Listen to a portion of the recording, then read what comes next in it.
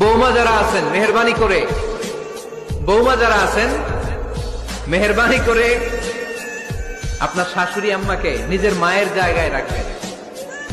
আপনার বাড়ি ছেড়ে নতুন বাড়িতে আসছেন, তো এটাই তো আপনার বাড়ি।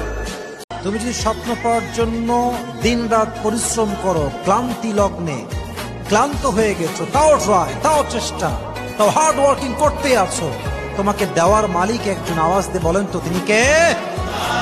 পরিশ্রমে যে ঘাম ঝরে শরীর থেকে, পরিশ্রমের ঘামে জন্ম নেয় সফলতার বীজ। আপনি যখন হাড় ভাঙ্গা পরিশ্রম করবেন, এই পরিশ্রমে যে লোনা পানি বেরোবে, যে ঘাম বেরোবে, এই ঘামেই জন্ম নেয় সফলতার বীজ। এবং সফলতার কোনো শর্টকাট, এই 5টা শর্ত যদি পাওয়া যায়, মুহূর্তেই আপনার তো আরশে যে নক করবে। 1 নাম্বার শর্ত আকলুল হালাল, হালাল খাওয়া। কি খাওয়া? আমরা দুইটাই খাই। যেই মেয়ে